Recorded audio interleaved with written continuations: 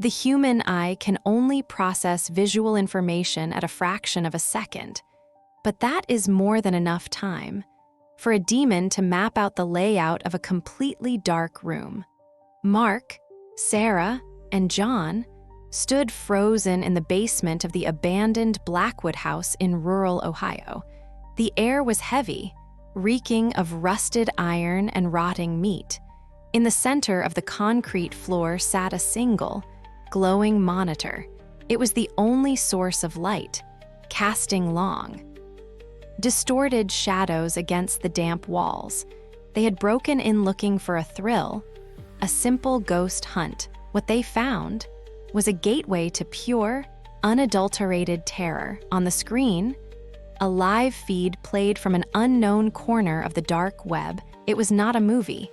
It was not a prank. It was a snuff broadcast designed for the most twisted minds on the internet. Two figures wearing oversized, cartoonish clown masks stood in a dingy room. Their costumes were brightly colored, but stained with thick, dark crimson patches. Between them, tied to a wooden chair, sat a young man. He was sobbing uncontrollably. The clowns were forcing him to eat something grotesque directly from a rusty metal bowl. It was human remains, the young man's own wife, butchered right in front of him. The sound of his weeping, mixed with the wet, sickening sounds of his forced chewing, echoed loudly through the basement speakers. Sarah clamped her hands over her mouth, backing away. Her eyes were wide with pure panic. "We need to leave," her voice trembled, barely a whisper, but John stepped closer to the monitor, mesmerized by the sheer horror of the broadcast. The video feed suddenly glitched. Static ripped through the speakers, a deafening, high-pitched screech that forced them to cover their ears. When the static cleared, the camera angle in the video had changed. The clowns were no longer looking at the young man. They were staring directly into the camera lens. They were staring right at Mark, Sarah, and John. One of the clowns slowly raised a gloved hand and pointed a single, stained finger at the screen. The young man in the video stopped crying. His head snapped up, his eyes turning completely black. He opened his mouth, and a guttural, demonic voice ripped out of his throat. "We see you." The monitor violently shut off, plunging the basement into total darkness. The only sound left was the panicked breathing of the three teenagers. Then, the heavy wooden door at the top of the basement stairs. It slammed shut, the lock clicked. "Mark!" Sarah screamed, scrambling backward in the pitch black until her back hit the cold concrete wall. "Turn on your flashlight, turn it on." Mark fumbled with his phone, his hands shaking violently. He pressed the button. The harsh LED light cut through the darkness. He swept the beam across the room. There, standing perfectly still in the corner of the basement, was one of the masked figures from the video. The cartoonish clown face stared blankly in the beam of light. Its oversized clothes dripped with fresh, warm blood that pooled on the floor with a sickening, wet slapping sound. It held a rusted meat cleaver in its right hand. John screamed, lunging toward the stairs, but the entity moved with unnatural speed. In a blur of motion, it was suddenly standing at the bottom of the steps, blocking the only exit. It did not walk. It seemed to glide across the concrete, its limbs twitching and jerking like a broken marionette. The entity raised the meat cleaver. The metal scraped against the stone wall, creating a sound that set their teeth on edge. The temperature in the room plummeted. A freezing breath washed over Mark's face, carrying the distinct stench of rotting flesh. This was not a broadcast anymore. The nightmare had pulled itself out of the digital abyss, and it was hungry. John grabbed a broken metal pipe from the floor and swung it wildly at the clown's head. The heavy pipe connected with a sickening crack, but the entity did not even flinch. Slowly, the clown turned its oversized, frozen plastic face toward John. The mask cracked open down the middle, revealing a gaping, endless maw filled with rows of needle-like teeth. With a single, brutal swipe, the entity swung the cleaver. Blood sprayed across the damp concrete walls. John collapsed to the floor, clutching his stomach as dark red liquid rapidly soaked his shirt. He let out a wet, gurgling gasp. Sarah screamed, a sound of absolute, raw terror. As she watched her friend bleed out on the cold floor, the clown stood over John, its unnatural jaw unhinging further. Mark grabbed Sarah by the arm, pulling her violently toward the small basement window. The glass was filthy and reinforced with wire mesh, but it was their only chance. "Break it!" Mark yelled, kicking desperately at the thick pane. The glass shattered, tearing into his jeans and cutting his leg, but he did not stop. Behind them, the wet, tearing sounds of the entity feeding on John echoed off the stone walls. It was ripping pieces of flesh and bone with horrifying ease. The entity paused. Slowly, the grinding sound of bone snapping stopped. The clowns from the broadcast were not alone. From the darkest corners of the basement, more shapes began to materialize. Slender, tall figures with gray, rotting skin and hollowed-out eyes stepped into the beam of Mark's dropped flashlight. They were the victims of the broadcast. Their bodies twisted and broken, bound to the entities that tortured them. Now, they were here to drag Mark and Sarah into their eternal hell. The air grew so thick with the smell of copper and rot that Sarah began to choke. The temperature dropped so low that frost began to form on the edges of the shattered window. The entities began to crawl across the floor, their limbs snapping and popping out of their sockets as they moved like massive, horrifying insects toward the remaining two survivors. Mark shoved Sarah through the shattered window frame, the jagged glass tearing deeply into her heavy jacket. She tumbled onto the damp grass outside, gasping for the freezing night air. Mark scrambled up the concrete wall, desperate to pull himself out, but a heavy, rotting hand clamped around his left ankle. The grip felt like a steel vise, burning his skin with an unnatural, piercing cold. He kicked wildly backward, his heavy boot connecting with something shockingly soft and wet in the dark. A horrifying, multi-layered screech echoed from the depths of the basement. The grip instantly loosened, and Mark dragged himself out into the pitch-black yard, falling beside Sarah. They did not look back. They scrambled to their feet and ran blindly toward the dense tree lines surrounding the Blackwood property. The rural Ohio night was suffocatingly silent. There were no crickets. There was no wind. The only sound was the desperate, ragged sound of their own lungs fighting for air. The bare branches of the dead trees clawed at their faces like skeletal fingers as they plunged deeper into the woods. Every shadow seemed to warp and twist around them, stretching into the elongated, broken shapes of the entities from the basement. Heavy, wet footsteps echoed through the dead leaves directly behind them. The sound of crushing foliage grew closer, faster than any human could run, before continuing this terrifying night. Drop a comment below if a supernatural or unexplained paranormal event has ever happened in your own life. The dark web holds infinite secrets, but reality contains pure horrors of its own. Back in the suffocating darkness of the woods, Sarah tripped over an exposed tree root, slamming hard into the frozen dirt. Mark grabbed her jacket and ripped her upward, blood dripping down his chin from a branch that had whipped across his face. "The car," Mark wheezed, pointing toward the faint, metallic outline of their sedan parked at the edge of the dirt road ahead. They sprinted the final 50 yards, their lungs burned like fire, and the distinct, metallic taste of fear sat heavy in their mouths. Mark fumbled violently with his pockets, pulling out his car keys. The metal jingled loudly in his shaking hands, sounding like a dinner bell in the silent forest.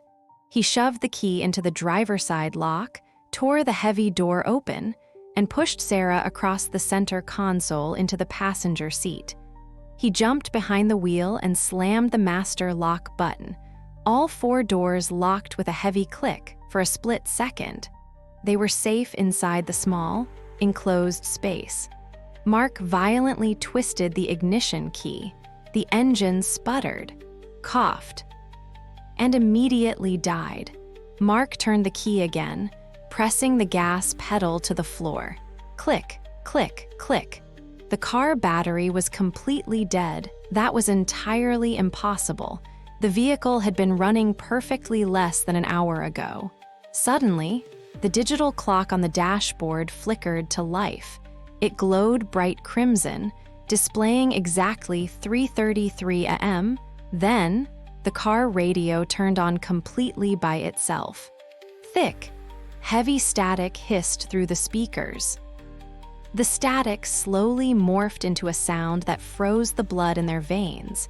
It was the wet, tearing sound of meat being ripped from the bone. It was the exact audio from the dark web broadcast they had just witnessed in the basement. Sarah covered her ears, tears streaming down her pale face as she rocked back and forth against the locked door. The sickening sounds grew louder and louder, turning the volume dial on its own. The horrific noises were accompanied by the familiar, demonic weeping of the tortured man. The temperature inside the car plummeted instantly to sub-zero levels. Their panicked breath turned into thick clouds of white mist. A thick, oily layer of white frost began to spread rapidly across the inside of the windshield, obscuring the woods outside. Mark desperately punched the radio buttons, but the digital screen only glowed brighter, illuminating the dark interior of the car with a sickly, unnatural green light. Through the small, unfrosted patch of the windshield, a massive figure stepped out from the tree line. It was the clown. It stood perfectly still on the edge of the dirt road, illuminated only by the pale moonlight filtering through the dead branches. The entity raised its rusted meat cleaver, pointing the heavy blade directly at the windshield of the car. But the true terror was not standing outside in the cold. A slow, heavy-breathing sound echoed from the dark back seat of the sedan. A single drop of warm, thick liquid landed squarely on the plastic center console between Mark and Sarah. Blood, slowly, agonizingly slowly, Mark looked up into the rearview mirror. Sitting in the middle of the back seat was John, or what was left of his body. His chest cavity had been violently ripped open, ribs protruding outward like broken teeth, but his head sat unnaturally straight on his shoulders. John's eyes were completely black voids, dripping dark fluid down his cheeks. He smiled. An unnaturally wide, skin-tearing grin that stretched far past his cheekbones. "They see us," the corpse whispered, speaking in that exact same guttural, demonic voice from the computer screen. The corpse in the backseat lunged forward with terrifying speed. The decaying, frozen hands wrapped violently around Mark's throat. The grip was like jagged ice, freezing the skin on contact and cutting off all oxygen. Mark choked, thrashing wildly against the steering wheel as the life was squeezed out of his body. The horn blared loudly, a sharp, echoing blast that pierced the dead silence of the frozen forest. Sarah screamed, pressing herself against the passenger door. She frantically kicked at the rear window, her heavy boots slamming against the reinforced glass. The entity wearing John's skin did not even flinch. The jaw unhinged further, dripping thick black fluid onto the plastic center console. The audience demands blood. The demonic voice vibrated through the small cabin, rattling the windows. Mark drove a sharp elbow backward, striking the reanimated corpse directly in the face. The impact sounded exactly like cracking dry wood. The grip loosened for a fraction of a second, just a tiny sliver of a second, but that was just enough time. Mark kicked the heavy car door open, tumbling out onto the freezing, hard dirt. Sarah scrambled across the front seats, diving out the driver's side door right behind Mark. They hit the ground hard, gasping for the freezing air, their chests heaving in panic. The car rocked violently as the twisted thing inside thrashed against the windows, its dark eyes locking onto the two survivors. Mark and Sarah crawled frantically away from the vehicle, blood staining the frost beneath their hands. The massive clown figure was completely gone from the edge of the tree line. The woods appeared completely empty once again, but the suffocating stench of copper and rotting meat hung thick in the cold air. Through the dense dead trees, a massive, shadowy structure loomed against the pitch-black night sky. It was an old, dilapidated barn, its massive wooden walls rotting and collapsing inward. It was the only structure around, the only place left to hide from the entities. Was it an abandoned sanctuary? Or was it another trap? Mark and Sarah ran. Their legs felt like heavy lead, stumbling over exposed roots and hidden rocks.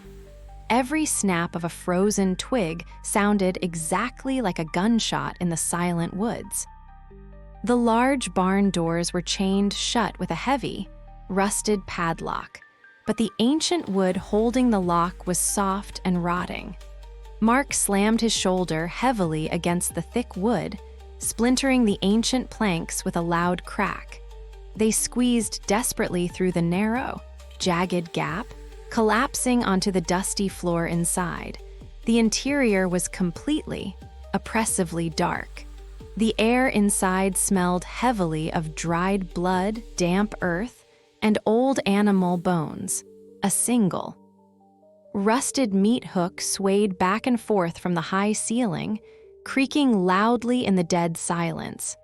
"Silence," Mark whispered, pressing a trembling hand against Sarah's mouth. Heavy, dragging footsteps echoed from outside the massive barn doors. Something massive was pacing back and forth in the dirt. The entity was scraping a heavy metal blade against the wooden exterior walls. The horrifying sound circled the entire structure, moving slowly and deliberately. Scrape, drag, scrape. The temperature plummeted again, freezing the very dust particles suspended in the air. Then, the scraping stopped completely. Absolute silence wrapped around the barn like a heavy, suffocating blanket. Suddenly, a blinding light flooded the interior of the barn. It was not moonlight. It was the harsh, artificial glare of massive studio lights bolted to the wooden rafters above. The entire barn had been converted into a massive horrific stage. Dozens of high-definition camera lenses stared down at the two survivors from the shadows of the rafters. Large monitors flickered to life along the walls, displaying live feeds of the dark web broadcast. The chat boxes on the screens scrolled by at blinding speeds. Hundreds of thousands of anonymous viewers were actively watching the nightmare unfold in real time. Twisted symbols and demands for violence filled the glowing monitors. The viewers were placing bets on who would survive the longest. Mark and Sarah were the main event, trapped inside a supernatural slaughterhouse designed for the sickest minds on the internet. The unseen audience was waiting eagerly for the carnage to begin. The sheer scale of the operation was mind-numbing. this was not just a haunting. This was a highly organized, demonic production. From the darkest corner of the barn, a massive pair of rusted iron doors slowly began to slide open. The screech of the rusted metal was deafening, echoing painfully in the enclosed space. Behind the heavy doors stood three massive figures wearing twisted, bloody animal masks. They held heavy, industrial chainsaws that dripped with thick black oil and fresh blood. The masked entities did not speak a single word. They simply raised the heavy machines and pulled the starter cords. The mechanical roar of the engines shook the dirt ground, vibrating intensely through the floorboards. The dark web broadcast had officially reached its final act. There was absolutely no escape from the camera's gaze. The deafening roar of the heavy industrial chainsaws completely drowned out the sick, twisted demands scrolling across the glowing monitors. Thick, choking plumes of blue exhaust smoke filled the makeshift stage, mixing violently with the horrific stench of old blood and damp earth. The three massive figures stepped forward in complete, terrifying unison. Their heavy, steel-toed boots shook the rotting floorboards with every single step. The tallest entity, wearing a grotesque, rotting pig mask with hollowed-out eyes, swung its massive saw in a deadly horizontal arc. Mark tackled Sarah to the dirt, just as the rusted blades chewed through the solid wooden pillar directly behind where they had just stood.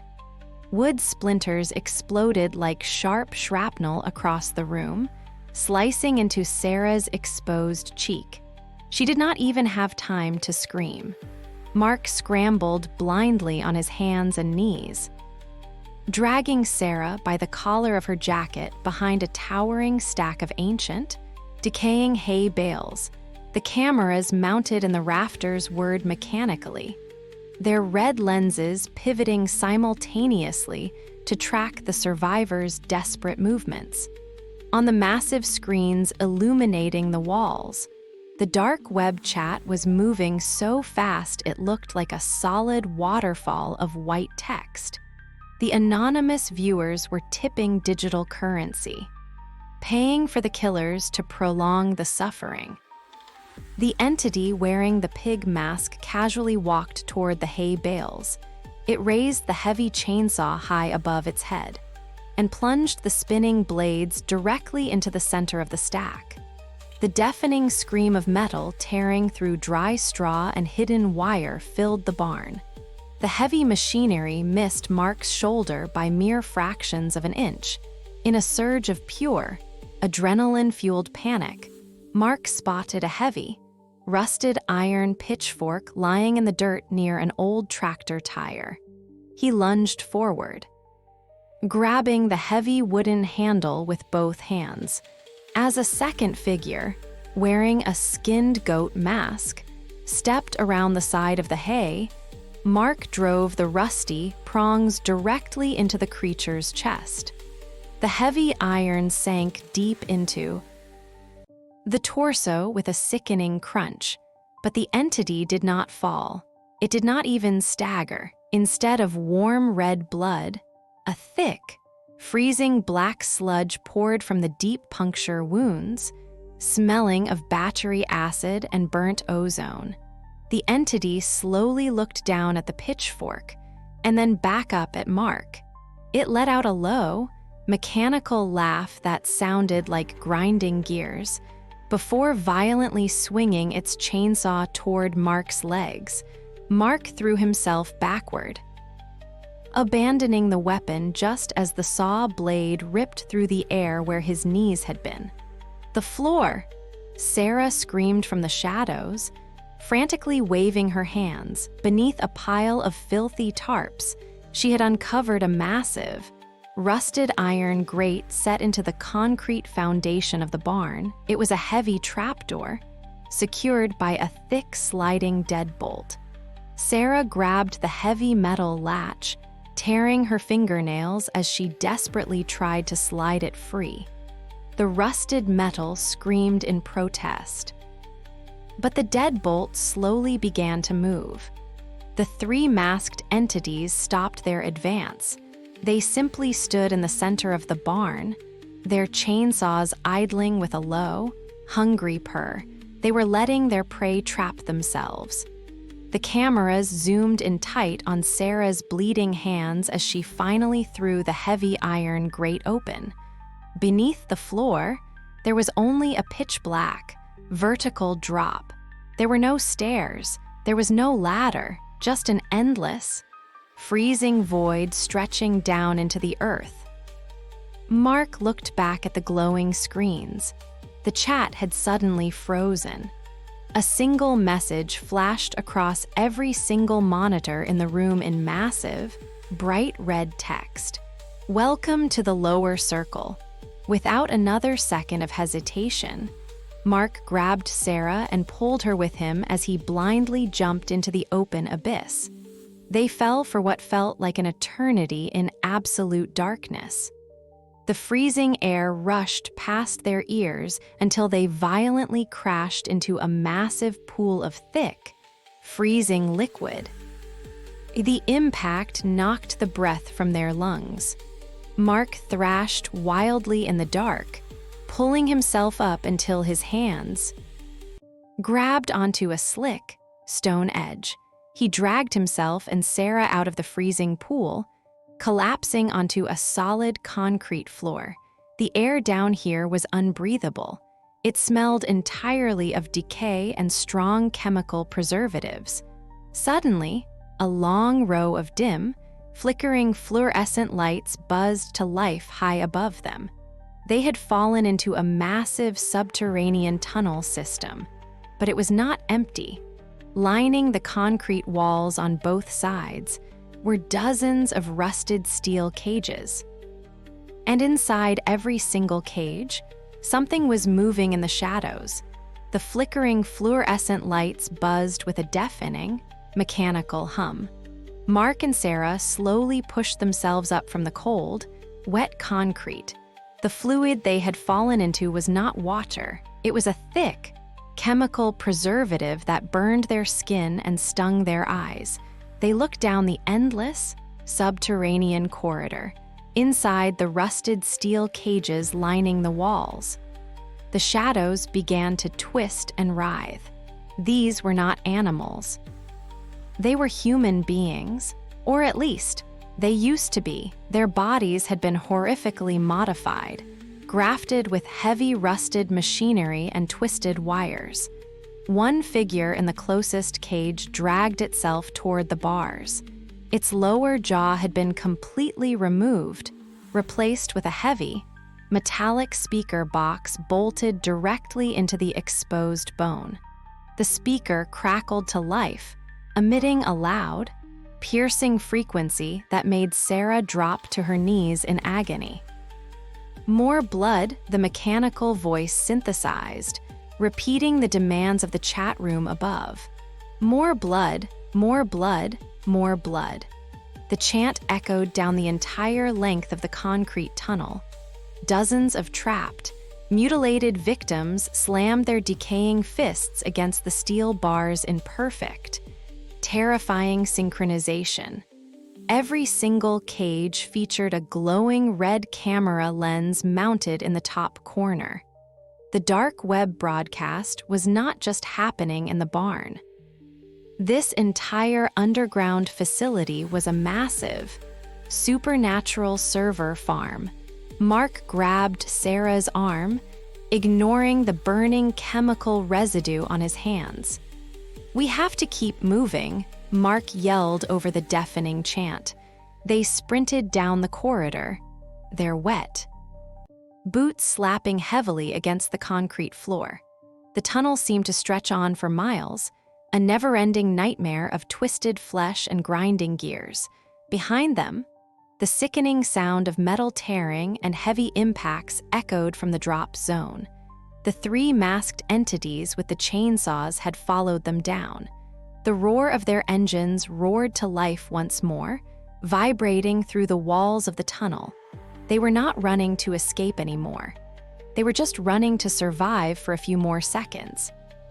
At the very end of the long corridor stood a massive, reinforced steel door.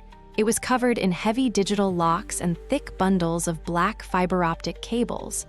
Mark slammed his entire body weight against the heavy metal, but it did not budge a single inch. He frantically smashed his fists against the digital keypad, but the screen only flashed with bright red warning symbols. Error, error, access denied. Sarah turned around, pressing her back against the cold steel door.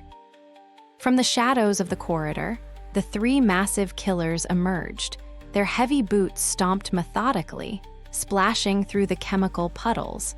The chainsaws chewed through the empty air, spitting hot oil and blue exhaust smoke into the confined space. But then, the killers suddenly stopped.